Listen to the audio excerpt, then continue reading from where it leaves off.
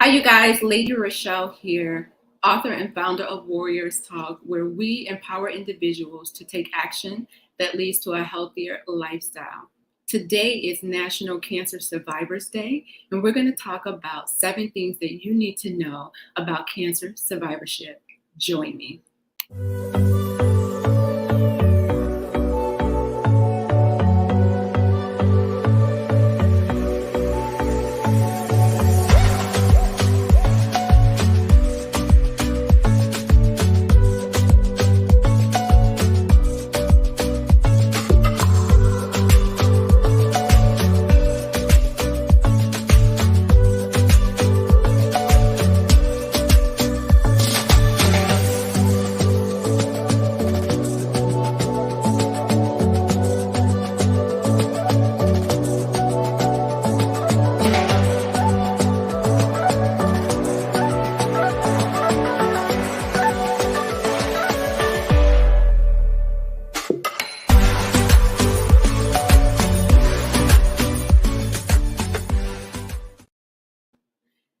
Hi, you guys. Lady Rochelle here. It's National Cancer Survivors Day, and I could not let this day go by without acknowledging and celebrating the survivors and cheering on those who are newly diagnosed. So, today we're going to talk about 7 things that you need to know about cancer survivorship. Do me a favor, like the video, share the video, or invite somebody else in on a video that you feel may benefit from this valuable information.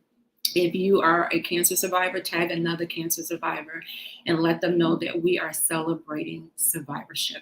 So, 7 things that you need to know about cancer survivorship. First of all, what is National Cancer Survivors Day? Well, it's about celebrating those who have been diagnosed with cancer. It's inspiring those who was recently diagnosed, and then also lending support to families and reaching out to the community so that we can push for more resources and we can get individuals to acknowledge what the aftermath of cancer looked like and the support that's very much needed.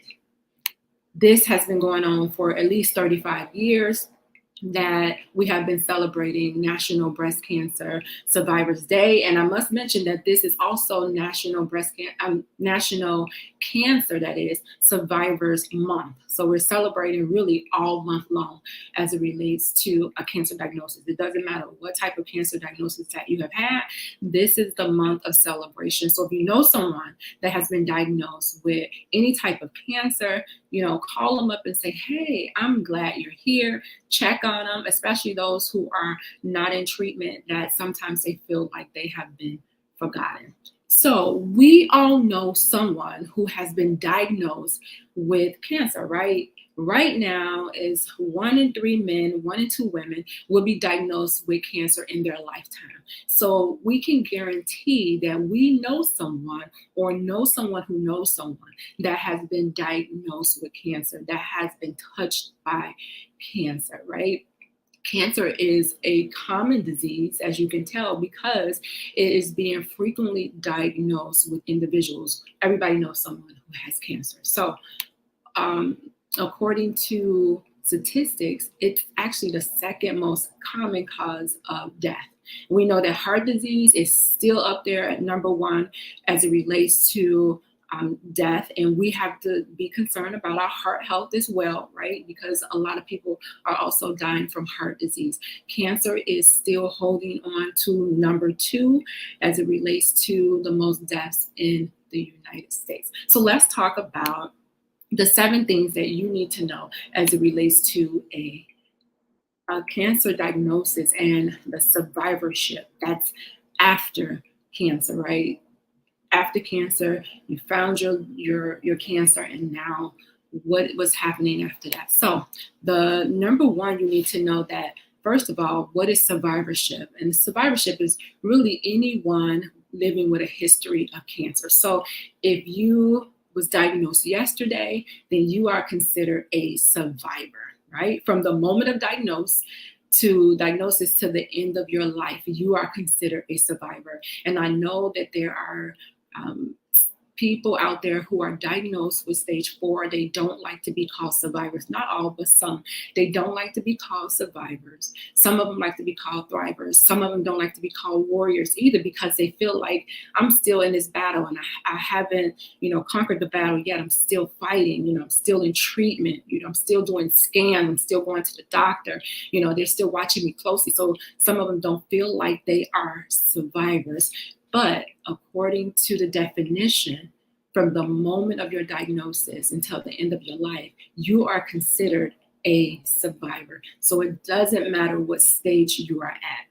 You're a survivor. And I say celebrate your survivorship. Celebrate every day that you are on the opposite side of cancer. So if you just found your cancer out, you should be still celebrating every single day. So number 2, what you should know as it relates to cancer survivorship is that there are nearly 17 million people living with cancer and beyond cancer in the United States. And there's more than 43 million survivors worldwide. That's a lot of people. And that also gives individuals who are recently diagnosed with cancer, it gives them hope, right? When you see that there's that many survivors out there with this deadly disease that we know has taken out so many people, it gives a person hope.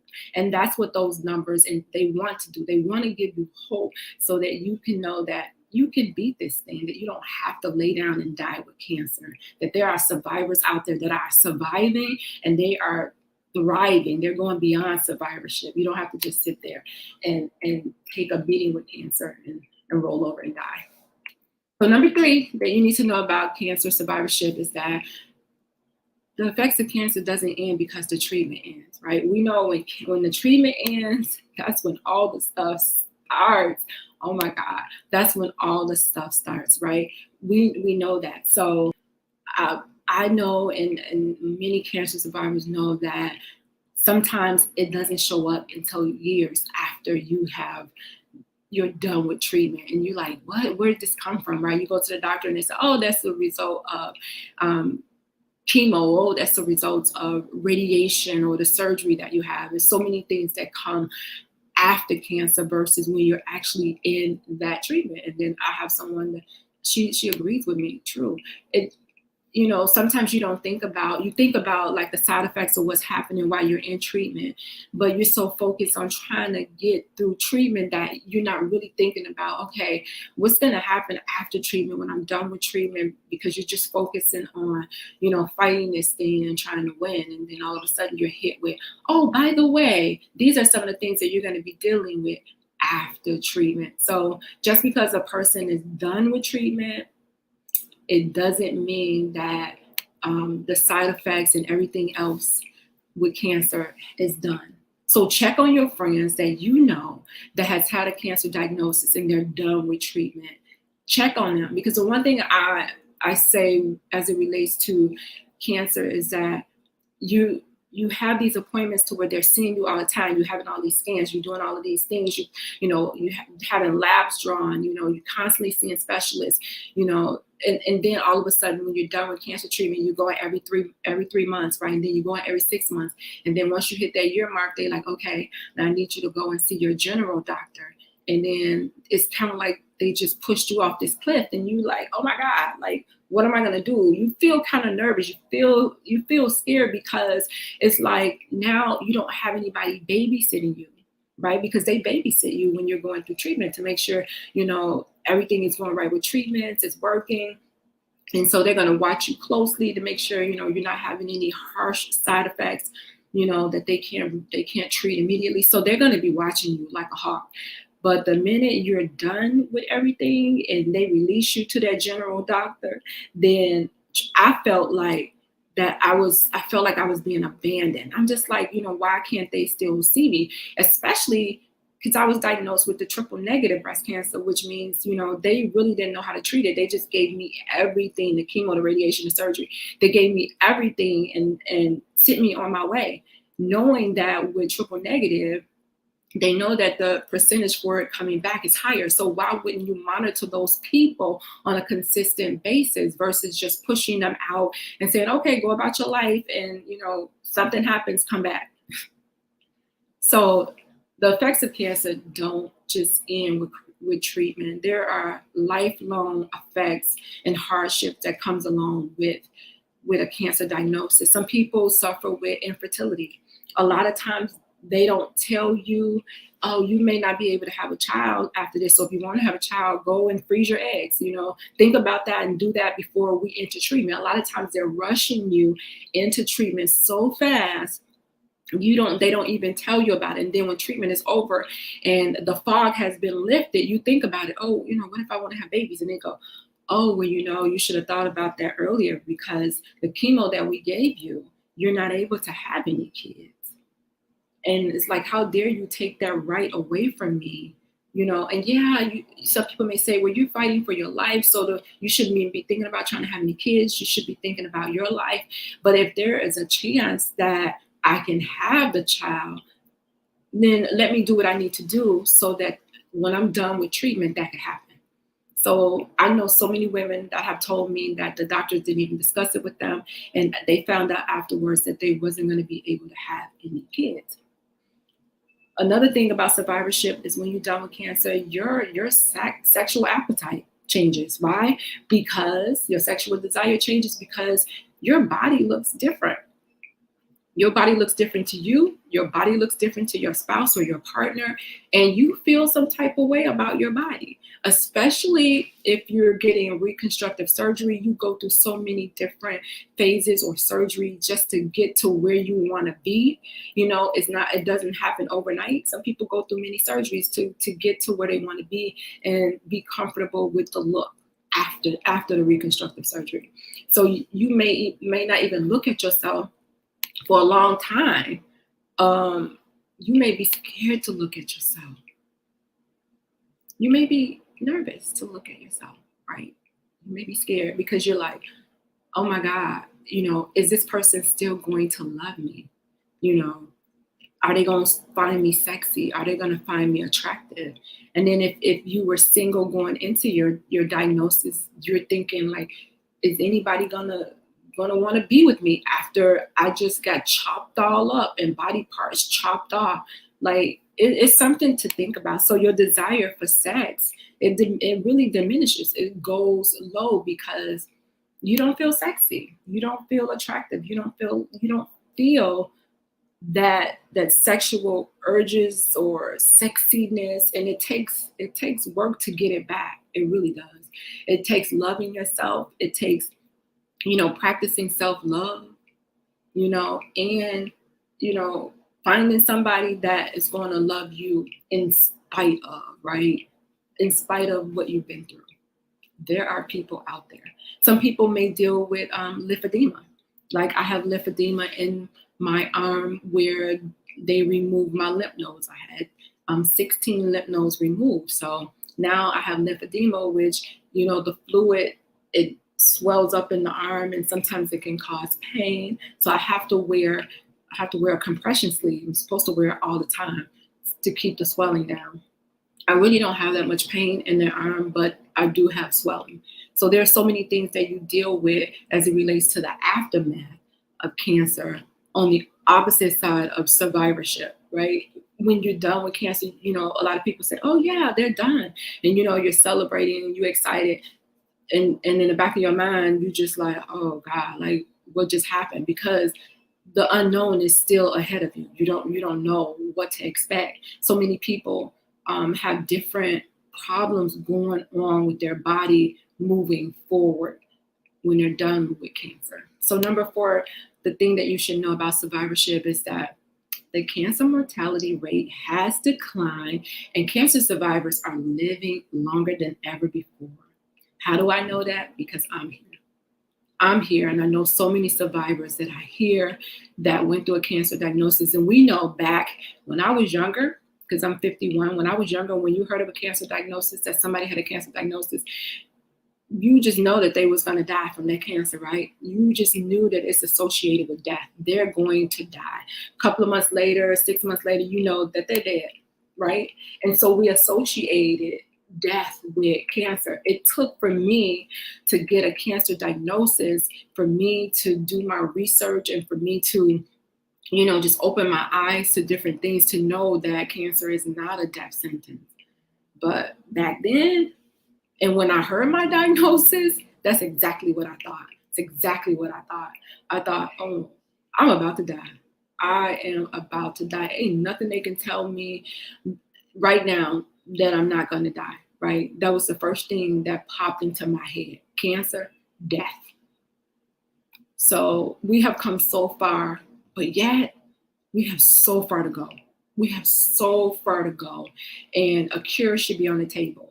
And I know that a couple of days ago they talked about a promising treatment for pancreatic cancer. So we have some small wins, but we have so far to go when it comes to a cancer cure. I feel like we should be so far ahead. And I know that there's over 100 cancers, right? There are over 100 cancers, and they all work differently.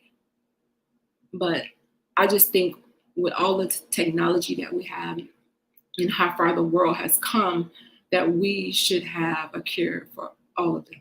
A cure, a vaccine, something for all of them. Like, there's no way, America is supposed to be like the top of everything, but yet we lack in so many things.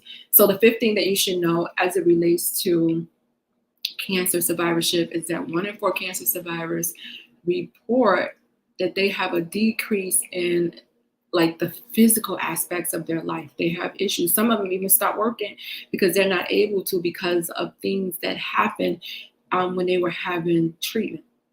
They may be physically exhausted. They may not be able to do it, especially if you are stage 4 and you're still going through treatment. You may not be able to work. And then that leaves financial problems. Like, where's my finances are going to come from? How am I going to pay for this cancer treatment? I'm going to pay for my medicine. I'm going to pay for food. There's so many things that go through your mind. 1 in 10 are due to emotional problems. This is such a big thing for me, the emotional problems, because I know that when I was diagnosed, my doctor did not mention anything about in psychological help, right? No, it was more like they were concentrating on that the physical, the treatment. Let's get these toxins in you so we can kill this cancer. But nobody mentioned you may need to go get some help for your mental, because this is a lot that you're going to be going through. And you want everything to be balanced. You want the physical to be balanced, your emotional to be balanced, you want your spiritual to be balanced, and you want your mental to be balanced. So you have to be working on all of those things all at the same time in order for them to be balanced. You just can't work on the physical and then leave the mental out to dry. And that happens a lot with a cancer diagnosis, is that the doctors do not focus on the mental. You may have to bring it up yourself, because a lot of times they don't. Number 6, as it relates to the things that you should know about a cancer survivorship, is that survivorship deals with the social and emotional impact of cancer. And one of the impacts of cancer is the fear of a recurrence. Every single cancer survivor has thought at least one time that this cancer may come back. Is this cancer going to come back? Every time you have an ache or a pain or cough or itch, anything, is this the cancer? But you cannot consume yourself with those thoughts. You have to live. And if something comes up, you just have to deal with it, go to the doctor, deal with it, so that you can rule stuff out and deal with whatever it is. But you can't allow it to consume you. A lot of us deal with grief, and this grieving the life that you had before the cancer, and then even grieving the life that you have after the cancer. It's a lot of grief. Grieving the body parts that you had before the cancer, the parts that you lost, and then you having to put these phony parts on you, that doesn't make you feel whole. And you feel like you always feel like it's a void there, right? You try to build yourself and be as normal as possible, but I would say you're never whole after that. And many of them deal with depression. Having a cancer diagnosis, you're going to be depressed, right? It may be for a short period of time, and you may snap out of it, and you may say to yourself, hey, I'm going to do what I need to do so that I won't have to, allow this thing to just dwell in me. So a lot of us didn't stay depressed for a long time. Many deal with, I just talked about this before, your body image, because your body is different now, right? It may be different physically, right? Some people gain weight during their cancer diagnosis. Some people lost weight during their cancer diagnosis, and then after the cancer, your weight may be different than what it was before you was diagnosed, right? You may never look like or get back to what you looked like before the cancer diagnosis, right? So you try to do anything and everything that you can to bring that sense of normalcy, back to how you looked before. And a lot of people have trouble dealing with their new normal. You're not the same person. You don't even look the same. Your mindset should not be the same coming out of a cancer diagnosis. A lot of people, deal with the spiritual side of it, whether you come into, your faith, and your faith gets stronger, and you're learning to, allow your faith to lead you when you're making decisions and dealing with the cancer diagnosis. Some people didn't even have a spiritual life before that, and cancer diagnosis introduced that to them. And then some people like myself, my faith increased, my faith got stronger. I grew closer to God. I'm able to witness to other people. I'm able to share my story to other people. I'm able to empower people with educational information as it relates to cancer through my Warriors Talk organization. And it came about because of my cancer diagnosis. There would be no Warriors Talk without my cancer diagnosis. So I knew God had a purpose for me. He had a purpose and a plan. And the pain that I was going through with my cancer diagnosis, it had to prepare me in order for me to be able to help other individuals that are going through this same horrific disease. Some of us have survivor's guilt. I lost my sister at the age of 52. I lost my dad at the age of 71 from cancer, right? And then there were other women in the journey that I lost just this year. And just since I've been diagnosed, just seeing the different women fighting and losing their battle, to cancer. And it makes you feel some type of way when you're still here. You have that survivor's remorse, that survivor's guilt. Like, why am I still here? Why didn't that happen to me? Like, why are you leaving me here? What's the purpose? Why am I here? Everybody's journey is different. Everybody's destiny is different. So you can't compare, what you're going through and why they're not here. Celebrate their life and live your life. Don't just be here existing. A lot of us, we live to die instead of dying to live. We should be dying to live instead of sitting here living to die, thinking about death all the time. It's not healthy. So number 7, as it relates to cancer survivorship, is that there really is no long-term support. I would say if you are a stage 4, you have that support because you're constantly going to the doctor, getting labs and scans, and then they're closely watching you. But the rest of us that they released and say, okay, just go see your general doctor, once a year. And if something come up, let us know. And it's like, yeah, okay. You still feel like I'm out here by myself. And they do have support groups. So I would say utilize your support groups, utilize people. If you don't want to talk to a group, then talk to somebody one-on-one. Have a person that that's been through what you've been through and you can talk to one-on-one. You need the support. Right? Ask your doctor for a recommendation so that you can go and talk to a counselor. So you'll have somebody to talk to if you don't feel comfortable talking in groups. If you don't feel like, I was the type of person that I didn't feel comfortable talking in groups. I was just like, I don't want to be in a group. Like some groups are so depressing. Not all, but some of them are so depressing. I'm just like, I don't need that in my spirit. So doing Warriors Talk is a form of therapy for me. It's a form of counseling for me because I get to heal every time I help somebody or every time I get to share my story. It's healing for me. So there's really no long-term support. The support we get is the support from the survivors, people that we meet along this journey. That's really the support that we get. And again, there are some great groups out here that you find them. If you find a support group and it's a great group, keep it, share the information with somebody else. If you know a cancer survivor, this is National Cancer Survivors Day. June is National Cancer Survivors Month. We're celebrating their lives. Yes, if they're on the opposite side of cancer, trust me, they are still dealing with the aftermath of cancer. So National Cancer Survivors Day is all about not just spreading awareness, but it's celebrating the survivors. Saying that I'm glad that you're here. I'm glad that you're here. A lot of times we don't tell people that. We so busy being nosy and asking them, girl, what happened? What you do? What was your stage of your cancer? What type of treatment you get? Girl, you losing weight. Girl, your hair came out. Girl, your skin died. Girl, what's going on? We so busy being nosy that we're not really, being a support, being of help, being of encouragement. Encourage somebody that went through this journey. Because I guarantee you, even though the treatment has ended, they're still going through, whether it's mentally or whether it's physically dealing with the residue of cancer. And trust me, there's residue.